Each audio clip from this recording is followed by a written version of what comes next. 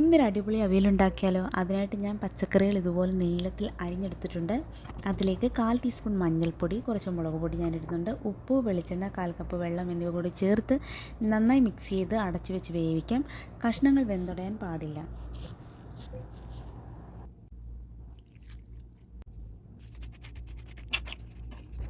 ഒരു മിക്സിയുടെ ജാറിലേക്ക് അരമുറി തേങ്ങ ചിരകിയത് ഇട്ട് കൊടുക്കാം. ഈ സമയം ചുവന്നുള്ളി, ജീരകം, വെളുത്തുള്ളി, കറിവേപ്പില എന്നിവ ഇട്ട് അരഞ്ഞു പോകാതെ ഒതുക്കി മാത്രം എടുക്കുക. അത് 2 കഷ്ണങ്ങളിലേക്ക് ഇട്ട് ഇളക്കാം. ഈ സമയം ഉപ്പ് നോക്കി വേണമെങ്കിൽ ചേർക്കാവുന്നതാണ്. ഇനിയും ഇതിലേക്ക് 2 സ്പൂൺ തൈരാണ് ഞാൻ ചേർക്കുന്നത്.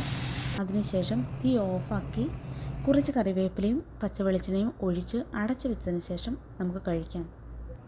എല്ലാവരും ഇതൊന്ന് ട്രൈ ചെയ്ത് നോക്കിയിട്ട് അഭിപ്രായം അറിയിക്കാൻ മറക്കരുത്.